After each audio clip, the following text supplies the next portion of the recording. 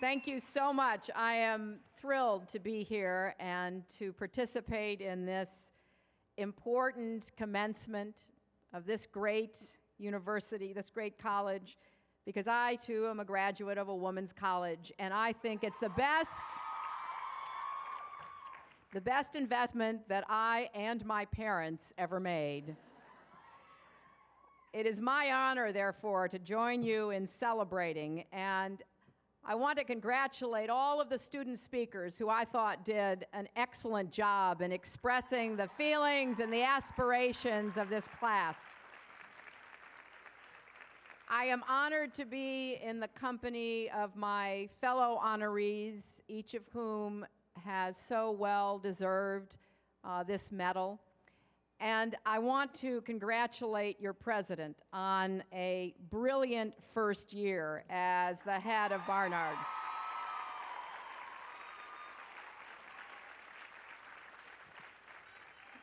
And I want to thank another woman who has had not only an impact on this college over the years, but on me personally, and that is the wise and wonderful Anna Quinlan.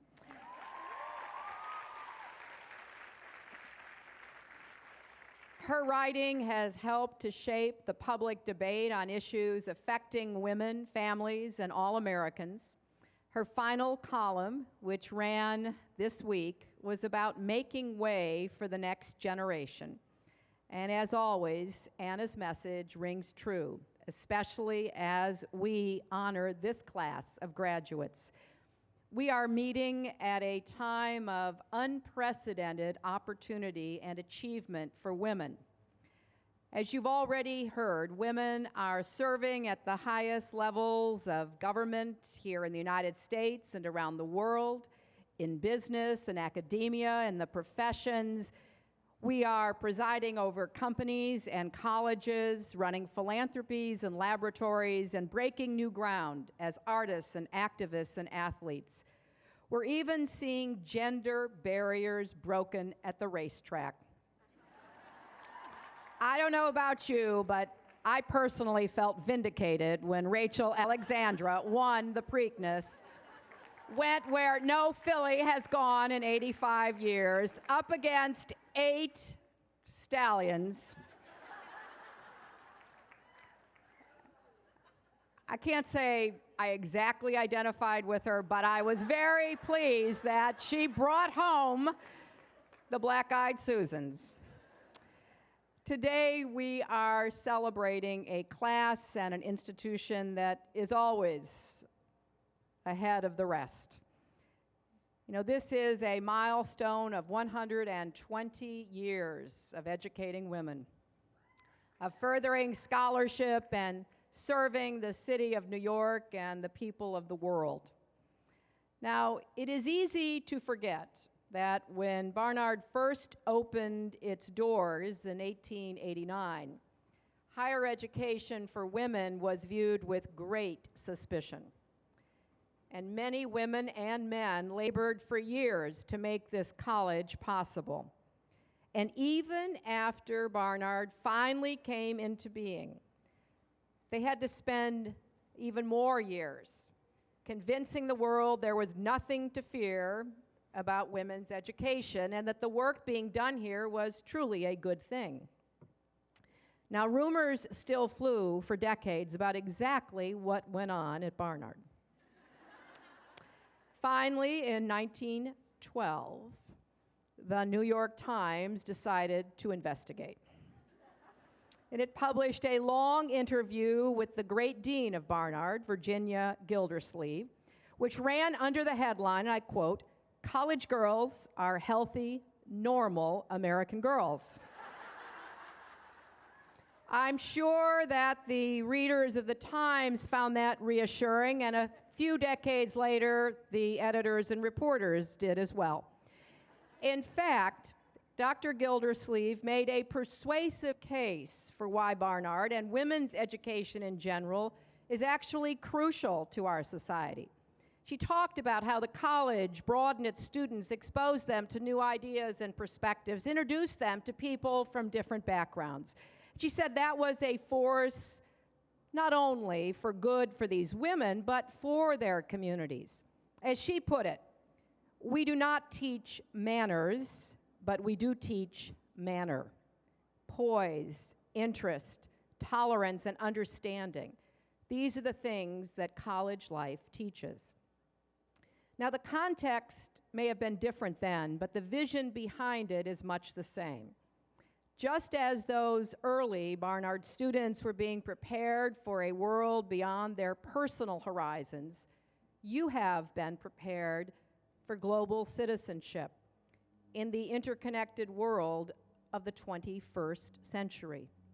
You are coming of age at a time of unprecedented challenges: war and terrorism, climate change and economic recession, extreme poverty and extreme ideologies, the proliferation of disease and nuclear weapons. These challenges transcend borders and oceans, politics and ideology, and they affect us all. But the same interconnectedness that amplifies these global challenges also makes it possible for us to solve them and for you to help lead us to the solutions. When I graduated from college, diplomacy was mainly conducted by experts behind closed doors. They were primarily men, and very little of what they did was really visible to the rest of us. Today, diplomacy is no longer confined to the State Department or to diplomats in pinstripe suits.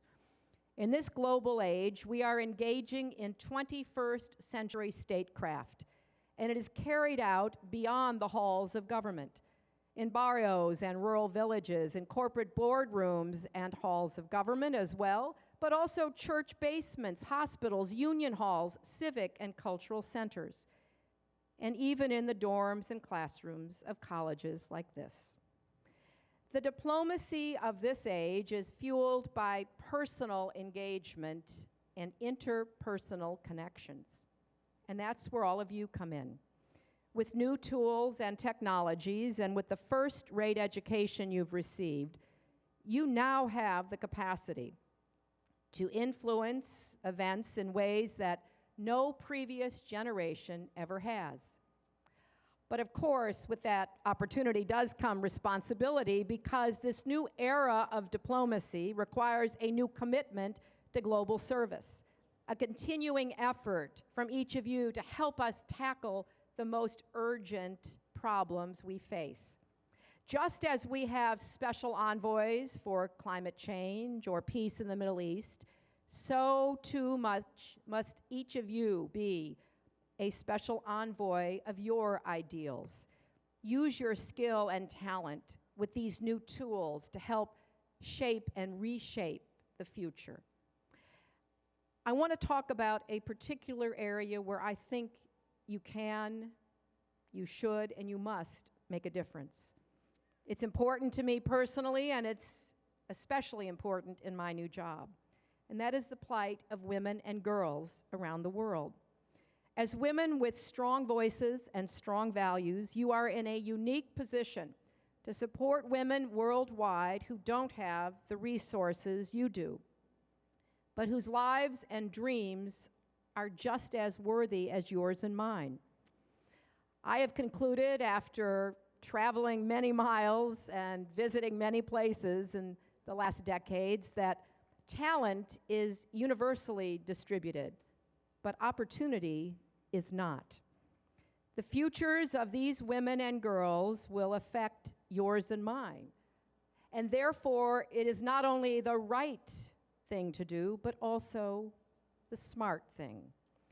Although not always acknowledged by governments, businesses, or society overall, women and girls bear a disproportionate burden of most of the problems we face today. In the midst of this global economic crisis, women, who are already the majority of the world's poor, are driven deeper into poverty. In places where food is scarce, women and girls are often the last to eat, and eat the least. In regions torn apart by war and conflict, women are more likely to be refugees or targets of sexual violence.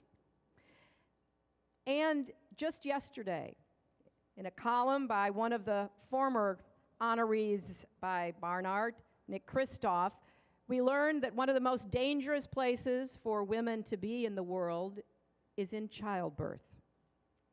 Meanwhile, in some places, girls are deliberately denied an education, even subjected to abuse and violence if they attempt to go to school, as we have seen too frequently over the last weeks in Afghanistan. Now, let me be clear. Women around the world lead varied lives, and for many women, religion and culture are important sources of spiritual growth, identity, and pride.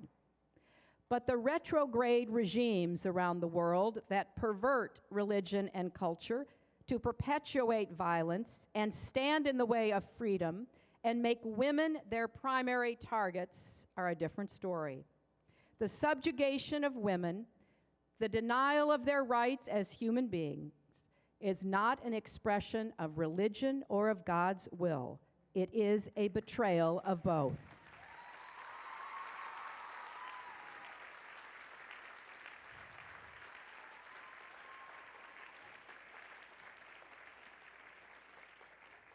And women's progress is more than a matter of morality.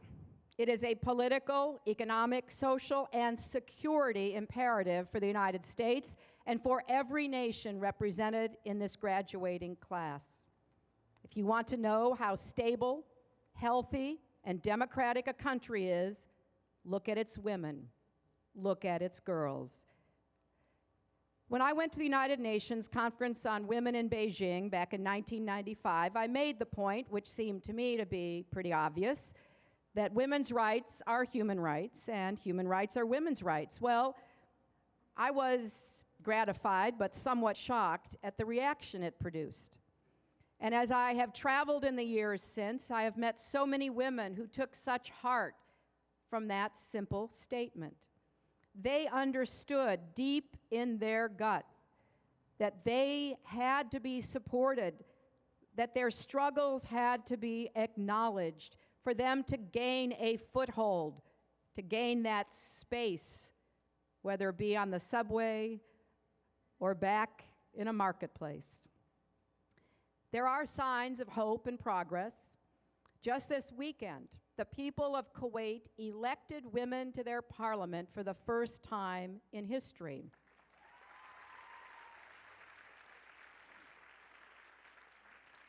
This did not come easily or quickly. Starting in the 1990s, I supported the women who were brave enough to stand up and say, women should be able to serve. It took a long struggle. But the election of 4 women this Saturday is a major step forward for Kuwait, the region, and I would argue, the world. And yet, the marginalization of women and girls goes on. It is one of humankind's oldest problems. But what is different today is that we have 21st century tools to combat it. Think of the women in Eastern Congo, a place of such violence, despair, and chaos, who are using radio airwaves to warn other women and to send out the message to the world how this war, these militias are destroying their communities. Think of the women in Afghanistan who, against such great odds, started a single school that has grown into a network of schools, or the domestic violence center they began, which now serves thousands of women and girls. Or the women in Cambodia who were sold into sex slavery as girls, but who escaped and are now organizing raids of brothels throughout Southeast Asia to rescue girls and give them a chance at an education and a new life. Some months ago, here in New York, I had the privilege of meeting a young girl from Yemen. Her name is Najoud Ali. When she was 9 years old, her family offered her into marriage with a much older man who turned out to be violent and abusive. At 10 years old, desperate to escape her circumstances, she left her home and made her way to the local courthouse, where she sat against a wall all day long until she was finally noticed, thankfully, by a woman lawyer named Shada Nasser, who asked this little girl what she was doing there. And the little girl said she came to get a divorce. And thanks to this lawyer, she did. Now, in another time, the story of her individual courage and her equally brave lawyer would not have been covered in the news even in her own country. But now it is beamed worldwide by satellites, shared on blogs, posted on Twitter, celebrated in gatherings.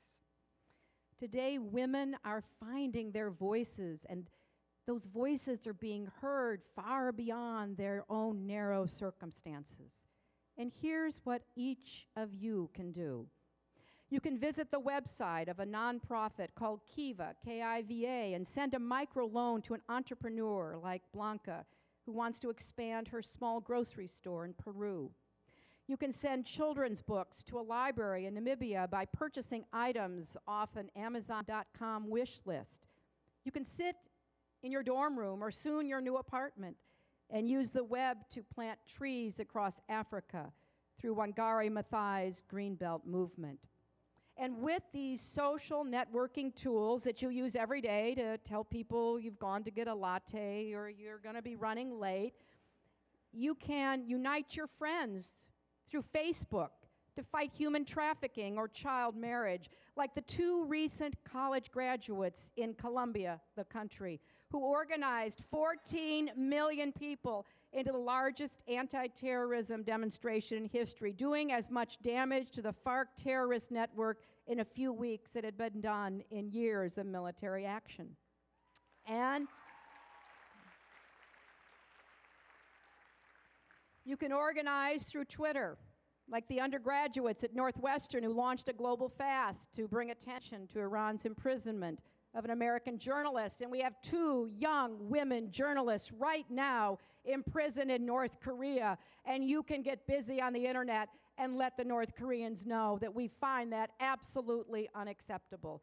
These new tools are available for everyone. They are democratizing diplomacy. So over the next year, we will be creating virtual student foreign service internships to partner American students with our embassies abroad to conduct digital diplomacy.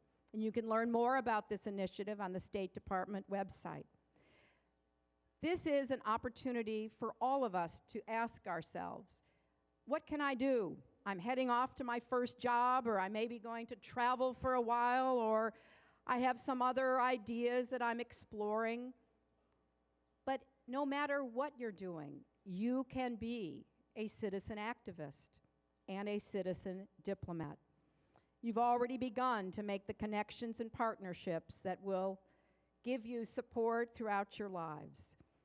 And therefore, I invite you to forge those connections beyond this class. You've learned here at Barnard that in spite of our differences, we are all connected. And we need to be looking for ways to find inspiration from our daily lives. Just a few weeks ago, I read President Sparr's column in the Wall Street Journal, in which she bravely attempted to write her own application essay for Barnard. She described a typical day in her life, one that involved coordinating her kids' carpooling, fixing dinner, answering emails, dealing with a mischievous cat, writing a speech on, what else, women in leadership. As I read about the controlled chaos of your president's life, I thought, this sure sounds familiar. And as I look out in the audience today, I see a lot of mothers and grandmothers and fathers and grandfathers and family members and friends, and I know that you too have had these experiences. But no matter how we come to this commencement, we leave knowing that another class of extraordinary young women who will have the manner and the education to go and not only pursue their own dreams, but help bring along others as well, has occurred within this remarkable institution. We all have an opportunity today to do so much more than I even dreamed possible when I sat where you are sitting all those years ago. As I was listening to Sarah Besnoff's address and how she was talking about her mother, I had to smile because I often say that in my next life I'm going to come back as my daughter.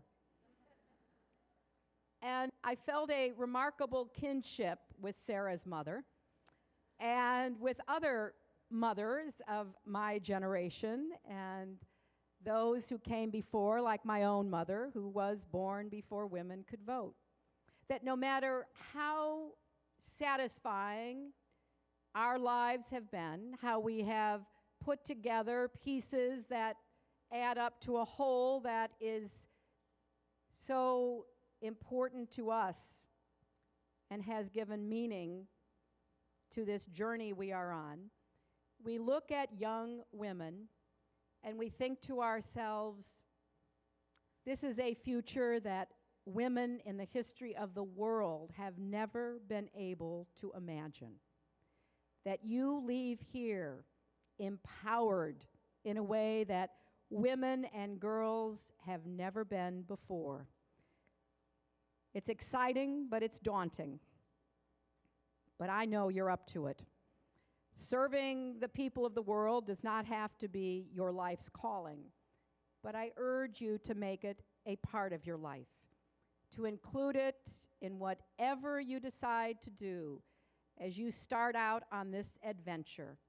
You are certainly well prepared, and I wish for each and every one of you an adventure that gives you the same sense of meaning and purpose that you are looking for, and an understanding of how much more you can do with the gifts you have been given, and to decide that you too will try to be those special envoys of the ideals that you believe in.